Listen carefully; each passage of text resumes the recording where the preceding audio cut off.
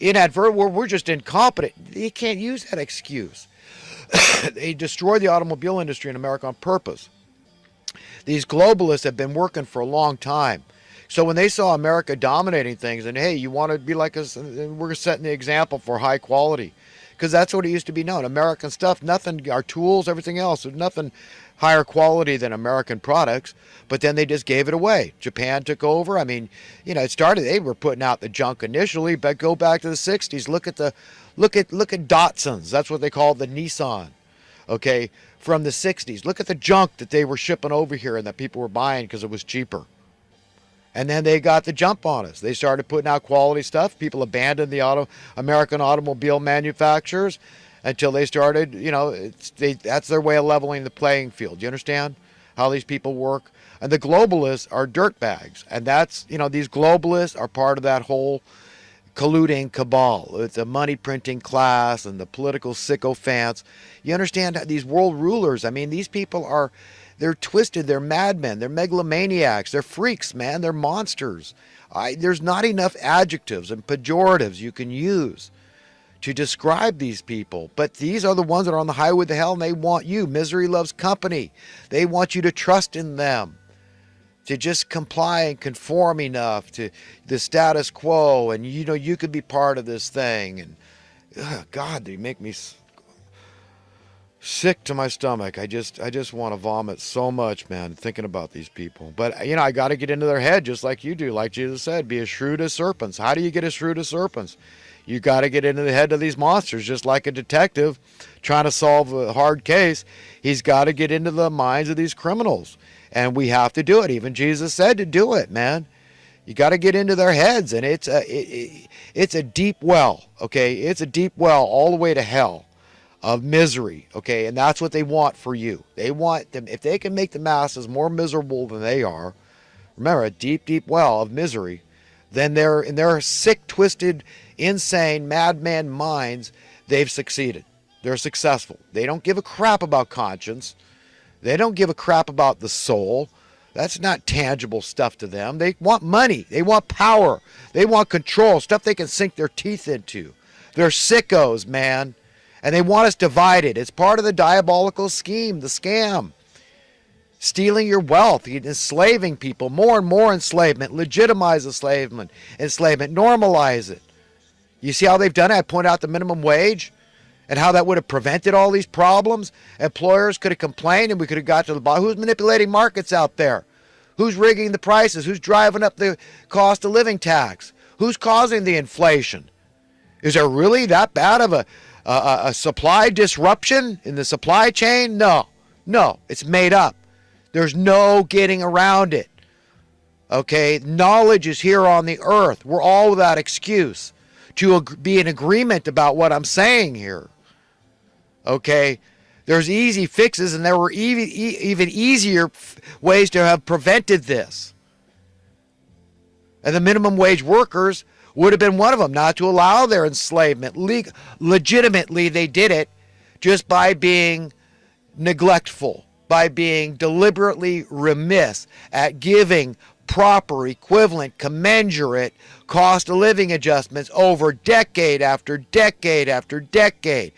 Slowly, gradually, incrementally, they've done this. Do you understand how it happened? So it didn't happen overnight. It didn't happen in a vacuum. It's all cause and effect. They debase your currency. Everybody's scrambling. Well, how am I going to pay my higher rent and mortgage? Well, you've obviously, you've got to look after old number one, social Darwinism, economics, supply chain reaction here. You've got to charge more for your services or your commodities or the combination thereof, whatever the case may be. Duh. Right? You understand so it's just misery. It's compounded misery and burden in the land. They take away the possibility for middle-class home ownership. It's like a pipe dream now. Virtually impossible for Californians to realize. You got to pull a rabbit out of the hat, man. You better not only get a great education, but you better have some connections that are going to be able to get you a good job. And you need all the help you can get. All the advantages and insider tips and all that. You got to rub elbows with the right people. And then maybe, you'll get lucky and you can do it. But for all intents and purposes, it's but a pipe dream to most Americans. I mean, if you live in Arkansas, Oklahoma, maybe there's still hope for you on a minimum wage job or a little above. But for most people, no. But do you see how that could have prevented all these problems? Employers complaining, and we get to the bottom of it. Well, what's going on here? And the government steps in to protect the everyday people. It says, no, we have rules and regulations, not just to protect the people, protect everybody. In the long run, this would be good for you. Then you don't have boom and bust cycles where you lose your behind. So you understand? This market correction stuff I'm referring to, the bailout of '08, where the banksters should have gotten a crew cut, a jagged crew cut, where they got their scalp dug into a little bit too. They were bleeding. That's what they needed, but they didn't get that. So, so the rules and regulation would have prevent that from happening too, because that would have happened. That's why, oh no, too big to fail. We can't give them a jagged crew cut.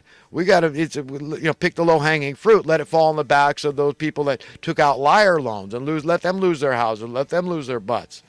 We're going to make these criminals well-heeled. You see how sick and twisted it is? We're in so much trouble. We're in it so deep. And any attempt to change the status quo, the state of affairs, that is going to be met with just vicious resistance, okay? And that's what we're seeing. They hate Trump. They hate being anti-establishmentarian, anti-status quo. They hate that he wants to change the trajectory we've been on for decades of death and destruction. They don't want any oversight by we the people. They don't want any checks and balances by we the people. They don't want to prevent minimum wage turning into in-your-face slavery that they legitimize. They want to normalize all this and keep that Overton window moving and moving. Look up these terms. You don't understand anything I'm saying. Look it up. Okay, it's crazy, man. We're in so freaking much trouble.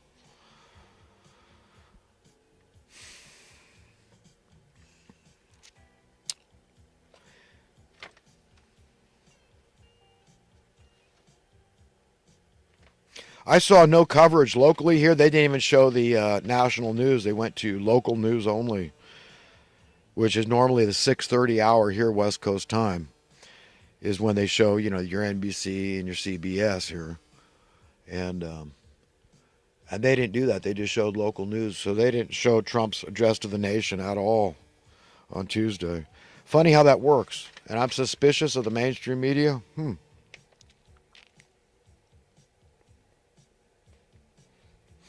They're talking about 5G, and for people I trust, they say this is really dangerous. We shouldn't allow this 5G. Again, give us all brain tumors and crap, make us all nuts. I was talking a bit about my dad last week and before that, but listen, my dad had extenuating circulation. He had multiple sclerosis, which is a disease of the central nervous system that affects the brain. So I was not compassionate enough toward my dad. This is why we bumped heads, but, he was at least understanding, I think, that, he was, living with him often was like walking on eggshells, that you really watch your P's and Q's because of his condition. But he was a good guy. At the end of the day, I was very lucky. He was a remarkable human being. And a lot of people loved and respected my dad very much. He wanted to be remembered as a poet above all else. That he really was a dreamer, a thinker, and a good guy at the end of the day. And I feel very lucky to have had my dad as a dad. And he had a tough childhood too. His mother died when he was 8 years old in childbirth. He stole his brother's ID to get into the Merchant Marine when he was 16, went there to the Marine Corps. He was practically starving to death, delivering newspaper and milk in the snow every day to get a dime that he had to go give to support the family. Can you imagine? So, yeah, I'm probably too hard on my dad, but, these things happen between dad and son. And sometimes I think kids are really hardest on their parents because they're looking up to them as a role model. So that's a problem. And that, you notice me, I come down hard, I excoriate people because I look up to them as a role model, especially people that are in high positions in the media, positions of influence. So it's like that. I feel like a child that's mad at their parent, and sometimes it's warranted, and sometimes a child is just being a brat. And I've been known to be a brat too. So I'm certainly not... that's how kids can be. I think I've had a a little bit of undiagnosed autism probably since they started giving me vaccines. I had all my childhood vaccines, and boys have a disadvantage because their blood-brain barrier is not as strong. Not to mention the fact that my parents got fluoride from the dentist, and I got into it as a kid. I had a problem with that. One time when I was about 3 years old, 4 years old, I got into the orange flavored St. Joseph's aspirin and had to have my stomach pumped. A traumatic thing.